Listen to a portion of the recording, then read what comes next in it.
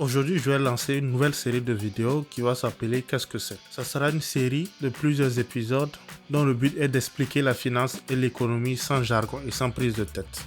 Aujourd'hui, on va parler d'un des concepts les plus importants en finance personnelle, la différence entre les actifs et les passifs. Tu vas voir, c'est super simple et ça peut vraiment changer ta façon de gérer ton argent. Déjà, un actif, c'est quelque chose que tu possèdes, qui a de la valeur, mais surtout qui peut te rapporter de l'argent. Par exemple, une maison que tu loues, des actions qui te donnent des dividendes, ou même une chaîne YouTube que tu monétises. Un passif, c'est l'inverse.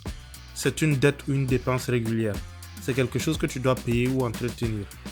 Ça peut être ton crédit immobilier, ta carte de crédit, ou ta voiture qui te coûte tous les mois. Prenons un exemple concret. Tu achètes un appartement pour 100 000 euros.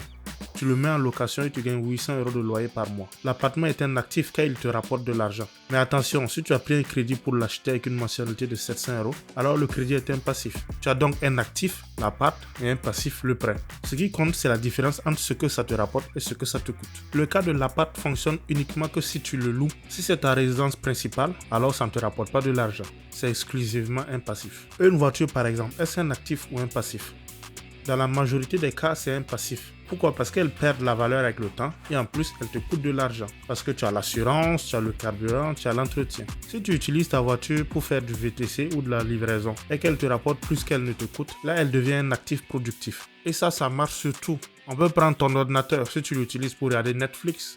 C'est un achat neutre, voire un passif si tu l'as acheté à crédit. Mais si tu t'en sers pour bosser, pour créer des vidéos, pour vendre des services, là ça devient un actif parce qu'il te rapporte de l'argent. Beaucoup de gens peuvent croire qu'ils ont un bon patrimoine parce qu'ils possèdent plein de choses. Mais si ces choses ne leur rapportent rien ou pire leur coûtent de l'argent, ce ne sont pas des actifs. Comme dit Robert Kiyosaki dans son livre Père riche, Père pauvre, un actif met de l'argent dans ta poche et un passif t'en fait sortir.